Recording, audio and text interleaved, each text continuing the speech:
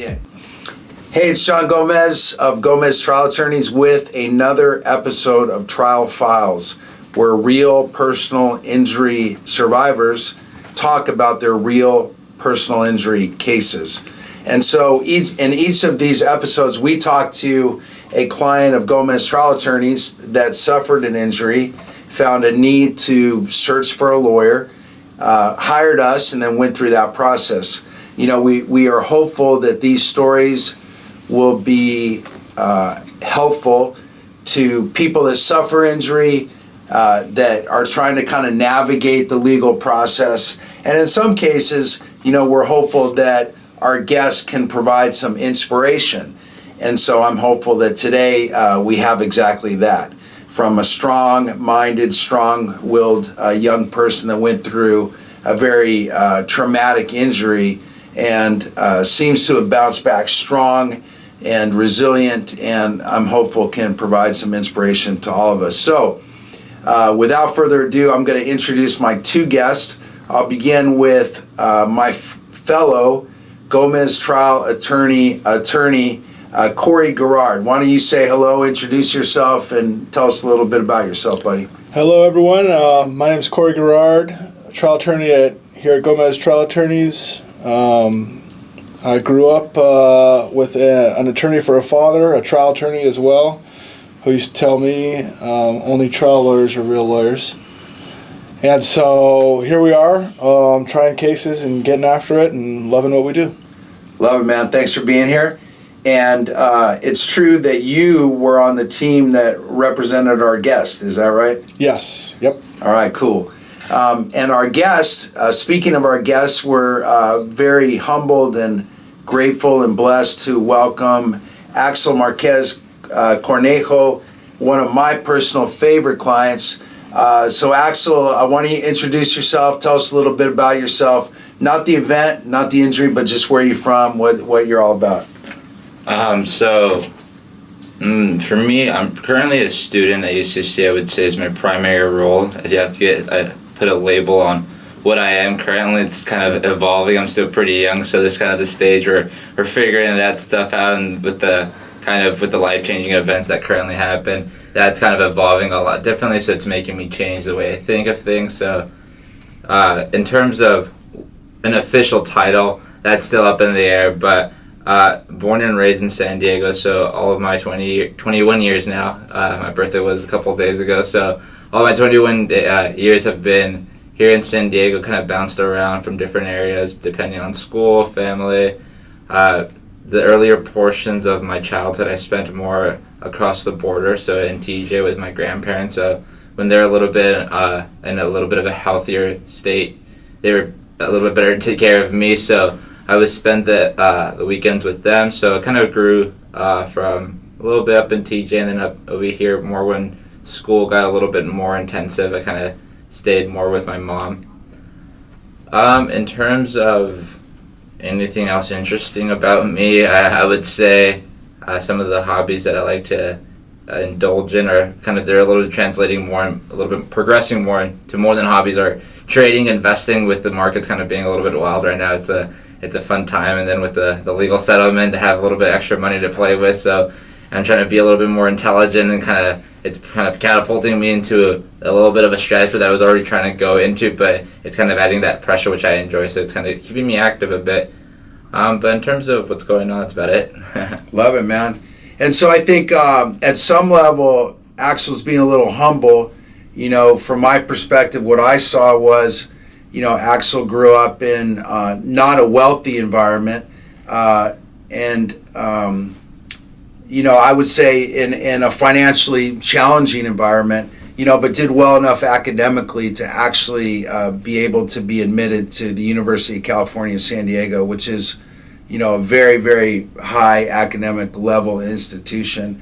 And as you can see, and you already heard, he's a pretty smart guy. And so, and an inquisitive mind.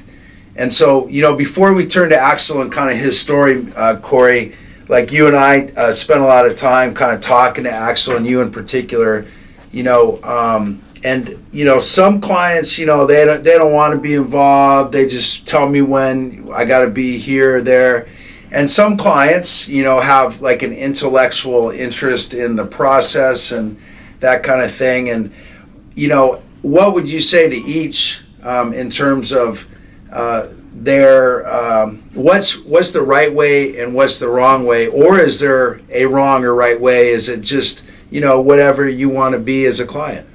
Yeah, I think that's so true. I would echo that. I think Axel is probably the most inquisitive client that I've worked with. I don't think there's a wrong way. I think some people want to put it in our hands and say, "Call me when you've got a big update." It's relatively early in your academic tenure there, and then something happens which causes you to need eventually to hire a lawyer. So, and I know it's a very traumatic event, but if you're comfortable just telling our listeners and viewers a little bit about what happened to you. Yeah, so during my second year, or my sophomore year at UCSD, during the portion between winter and spring, so spring break, kind of that little gap, it's like a 2-week gap, I was out with friends here at Mission Bay, so if you're like a San Diego local, you should kind of know the general area. It's pretty common.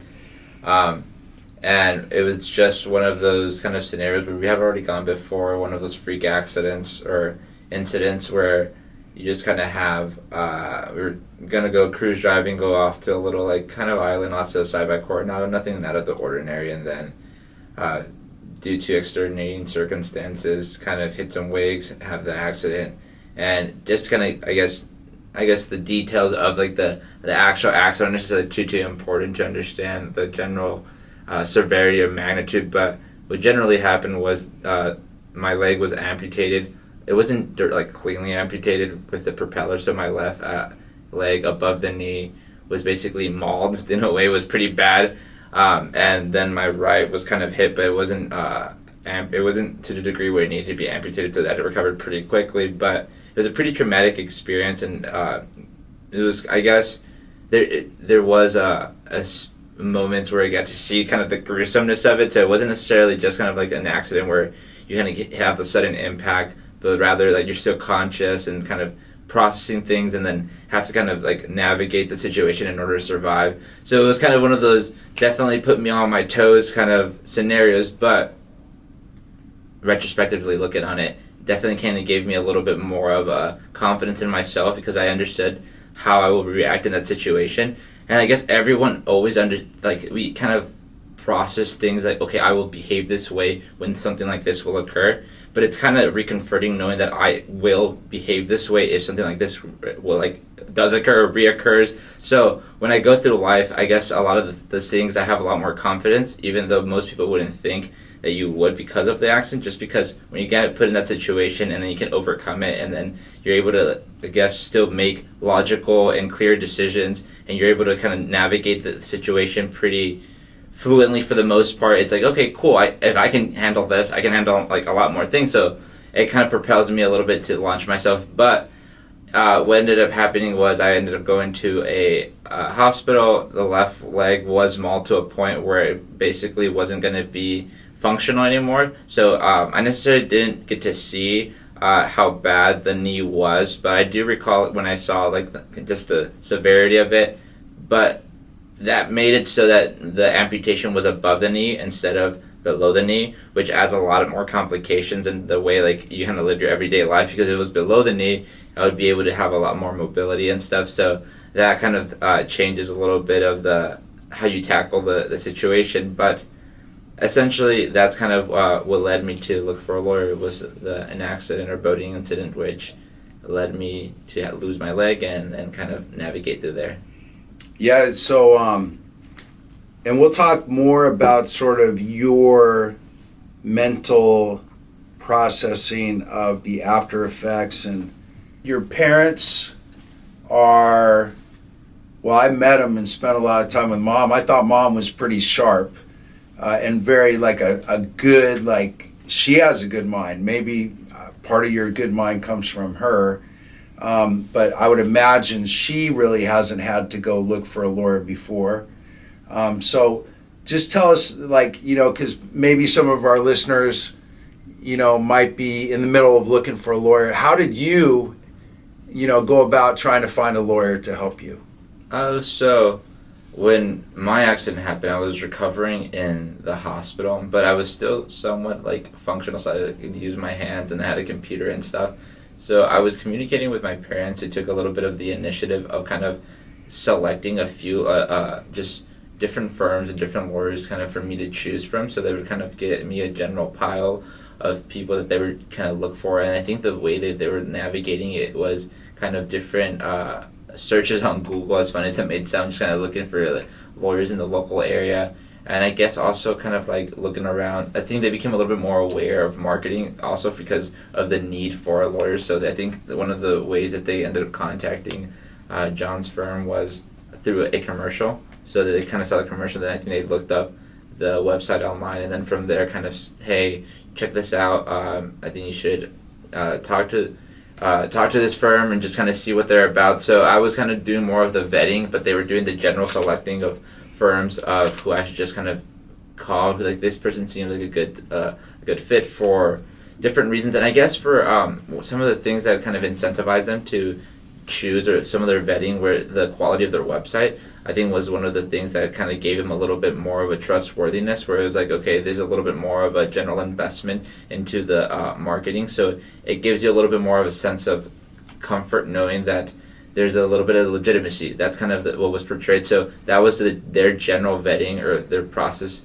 And then in terms of me, the way I kind of did narrowed it down from like a little bit of a larger pool to a more selective kind of 3 or 2 firms, where I was kind of a little bit more questioning and kind of like poking around to see what was going to be the most ideal for me, I would say was kind of on the one-on-one basis. So I think one of the things that was attractive was that as soon as there was a bit of communication with some of the firms that seemed to have a higher interest, there was a in-person kind of meetup very soon afterwards. So that was important to me because it allowed me to at least get a little bit of a sense of who the person is, and that gives me a little bit more comfort. Yeah. Well, that's pretty neat. So it was your parents that kind of did the initial vetting, and among other things, they saw one of our TV commercials. Was the commercial that they saw, just for my understanding and tracking purposes, was it in English or Spanish? Well, I'm not 100% sure on that. I want to be honest. I didn't ask them. It was more of like they kind of said it, or kind of mentioned it, like, hey, this is what we're looking for. I would say it might have been in Spanish if I had to take a wild guess, just because my mom's kind of really loves Univision, so that's kind of one of the channels that she kind of really focuses on. So maybe that I would presume. Yeah. So, Corey, you got involved kind of once Axel came on board, but what I will say is, back then I hadn't really spoken Spanish in a while, and I got a lot of awesome practice with Mom. Like, I really spent a good amount of time talking to her and speaking Spanish, and it's funny, it's one of the things that inspired me to kind of up my level of Spanish, and kind of return to using it all the time and really paying attention to it. And I remember, like, dude, you had like really amazing upper body strength. Like, he could like transfer himself all around. It was like a monkey. Like, I was like, oh man, this kid's a monster, dude. Like, so how about this? Hopefully you don't say mean things, but what about the first time you met me? What was your impression?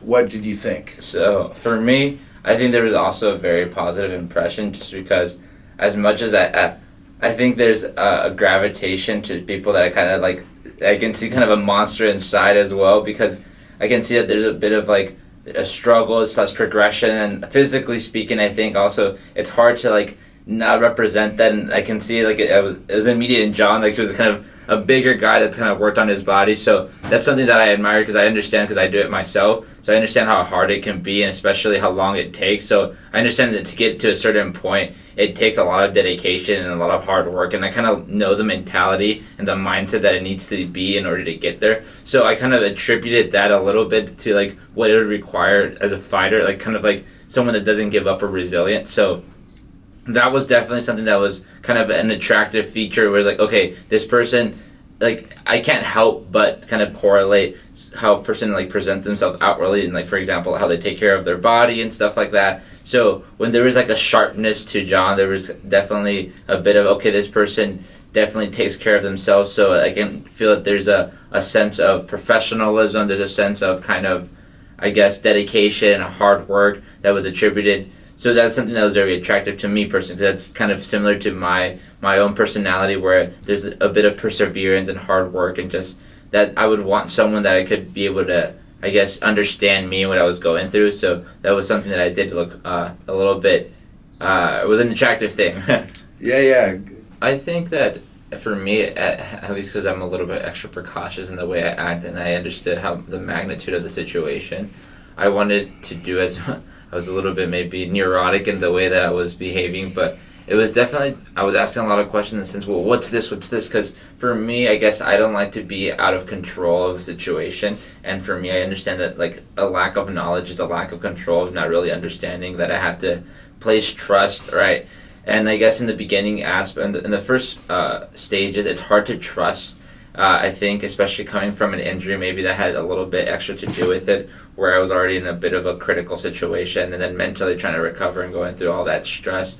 It's a little bit difficult, but what kind of it gives me, it gives you a little bit of comfort knowing that there's an extra element of special, like man, I can't pronounce right now, but specialization, thank you. Yeah, on a certain aspect like Martine, because I know Martine, at least in my case, kind of changes the dynamics of the case a little bit. So there definitely was a comforting thing. And then there was another aspect that was comforting was the explanation that there's not going to be necessarily an additional charge to me as a client. So one of the things that I was kind of worried about was the fiscal aspect. So I'm trying to like maximize as much of the recovery for me as possible, while trying to like optimize the service, the quality of service. So it's a little bit of a hard thing to juggle, especially when you're trying to take as much control as I was personally. But kind of go into the steps, okay, this doesn't change anything on your aspect, but this is how it's going to basically break it down for us, is definitely comforting. And then also understanding that the necessities, basically because it's a potential kind of like a bigger expertise, will kind of allows you for potentially a bigger recovery. So that also kind of, the explanation was definitely comforting, and wasn't much of a problem to me, honestly. Cool. Yeah, I think it was the right move. I'm glad we did it. At the time you were 20, right? Or 19? 19, yeah. You're a 19-year-old kid, totally healthy, future looks great. You're on top of the world, you're lifting weights and being strong and chasing girls and doing all that stuff. And then all of a sudden, like in the flash of something, you're missing your leg above your knee. And, so that kind of thing happens to people, all the time, whether it's losing a limb or becoming paralyzed, having a brain injury, a terrible, orthopedic injury. So if someone like that is listening, and, what advice would you give them? Like, how the heck did you get through that and remain so strong and optimistic and focused on the future? I would say that one of the kind of strategies that I used to kind of navigate it originally in the beginning kind of evolved over time, just because of my own circumstances evolved. But in the very beginning, what I tried to do was basically launch myself in as many things as I possibly could. So I was hospitalized in a bed, and I necessarily couldn't move, and moving and just being active is a big part of my life. So the way I thought about it was I had to keep my mind active as much as possible. So I kind of started, I didn't necessarily take the quarter off. So even though I was in spring break, I kind of took basically like a week and a half like off, and then basically, since it was online schooling at the time, just started up again from the hospital. And my mindset was, I kind of have to dive into as much like a chaotic event happen in my life, and it is so overwhelming at this point that it's kind of difficult to navigate. And as ironic as it may sound, I was like, okay, let me throw myself into more chaotic situations. Let me try to tackle the school. Let me not let this thing be the driving thing in my life. So I didn't want to make it so that, okay, I have to drop being in school, I have to stop doing this. I'm now basically a disabled person that I have to take care of my body first, and the entire structure of my life is now taking care of my body. I kind of wanted to say, no, I'm just going to throw myself, we'll figure it out, we'll see. I probably won't succeed, and I kind of knew that I probably wasn't going to do as well as I hoped I was, but it was just, I got to throw myself out there and start figuring stuff out, because if I kind of start letting myself be comfortable in this position, if it's okay to be kind of like not as active because I don't have it, like, because the biggest thing when you go through something like this, in my opinion, is you have the biggest excuse now.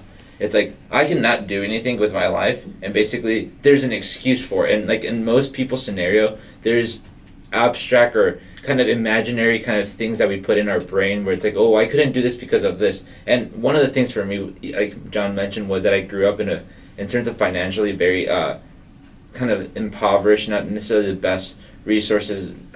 So because of that, I always thought, like, okay, this is definitely, even though it makes the situation a little bit more difficult, it's not something that I can use or justification for me to, like, not succeed.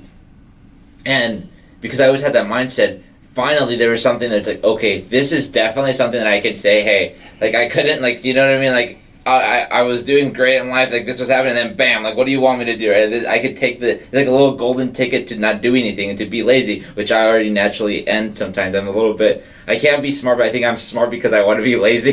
So naturally I look for things to, like, do less work. I'm like, all right, how do I optimize this so, like, I don't have to do as much work? It's like, oh, this would be the perfect thing to kind of basically say, if anyone ever questioned me down the line when I'm 40 or 30, I'm like, hey, look at this. Did you go through this? Did you know? And I didn't want to go through that mindset because I still had basically objectives and, like, kind of goals that I wanted to reach. And I understood that it's weird how the way I've been observing of life, I've noticed that oftentimes, like, if you kind of keep pursuing a little bit in the same path, as crazy as it may sound, it seems to turn out just fine. So my thing was like, all right, something crazy happened to me, I'm going to start throwing myself in as much things as I possibly can. I'm going to pretend like this just didn't happen. We're going to be moving, we're going to act like, we're going to try to go superhero mode here, and we're going to fail, we're going to crash hard, but this is kind of part of, like, the little hero's journey. Like, that's kind of, I was trying to take in a little bit more of an abstract view. And because I threw myself, honestly, I didn't have as much time to worry about the gravity of the situation. It allowed me to say, okay, well, I have to start problem solving. And it made me start problem solving things that I would say most people tend to try problem solving a little bit later. So they kind of go through a little bit of the depressed stage where you're kind of sad, mopey, you don't necessarily want to move. But since I threw myself in those scenarios, when I kind of reached them later down the line, I was already a few steps ahead. So navigating those situations was a lot easier because I had to kind of build a little bit of a net or a little bit of a structure to how I was planning on living my life when I was a little bit more of maybe the adrenaline was still kicking in from the accident. I was like, no, I'm going to get over this. So I was very self-conscious, and I think that helped me kind of navigate it. But yeah, it was throwing myself in there and pretending like it wasn't a problem. And then when the problems started arising, because there naturally are, we'll figure them out then. That was I guess the biggest mentality switch. Yeah, I like it, man. I like that approach, and, you know, like, I certainly can't say, oh, you know, like you said, you have a built-in excuse, right? And we always have every day we have a built-in excuse to do or to not do. And then in life, you know, you were, after all the struggle, given that ticket that you said, your golden ticket to being lazy, and chose not to take it. Instead, you went the other way. And I remember, like, when you remained enrolled in school or enrolled for the new quarter, I was like, man, like, that's amazing. Like, because I would have, I don't know, but, you know, now that I've met you, I wouldn't, and we've talked about it, but I remember at the time I was like, man, I think I'd probably take the quarter off, you know, like, but dude was, like, hitting the books hard. I remember, like, so I mean, what's your takeaway from that, Corey? Like, how would you use that to kind of influence your decisions in life? And I mean, I can certainly relate to the concept of having excuses, and I think, you know, one of the things that always struck me about Axel was, for a person of his age, the presence he has to that kind of stuff.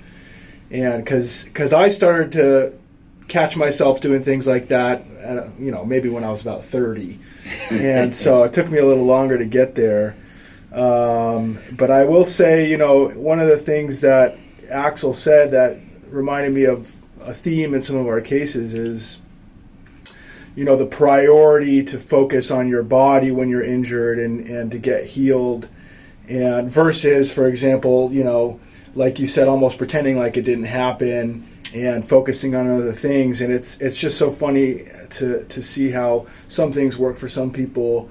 And I have clients who have major orthopedic problems, but they got kids to feed, or they've got other issues like that make it very hard for them to just say, okay, I'm just gonna do stretching and PT now and rest. And they ask me, can I go back to work? Can I do things like that? And it's a difficult balance to strike, and we're always trying to find out, what's the right path here, but it's not always obvious. So what's going on in your life now, Axel? What are you all about? Like, what do you see happening, with you in the next 5 to 10 years? Tell us a little bit about you. Man, I would say that I have no idea what the next 10 to 5 years are going to look like. I think there was a general plan that was kind of already structured. That I think the end goal was somewhat generally the same, but the medium in order to get there was a little bit different. It was a little bit more structured, slow pace, kind of compounding interest over time.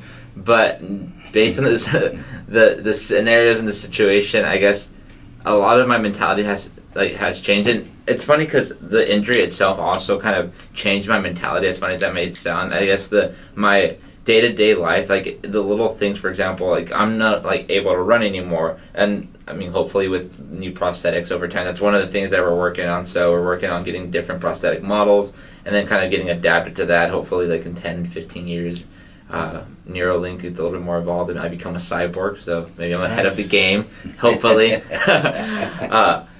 But in terms of how life goes, it's weird. I guess there's a lot more strategy when I do things. Since I can't have the spontaneity that I used to, like it's weird because like when you lose your leg, your reflexes, for example, if something falls, right, or you have to move out of the way, that goes away. And that might not seem like a big deal in terms of how you frame the way of thinking, but it's changed a lot of my personality because now I have to operate in a stance, for example, when I go into a scenario, and as silly as this may sound, I understand that I can't exit the scenario. Like, I know that I'm there, and I'm probably going to be the last person to leave, right? So in terms of like even dangerous situations or just in everything, right? The way I think, the way I have to walk, it's very much more controlled and calculated.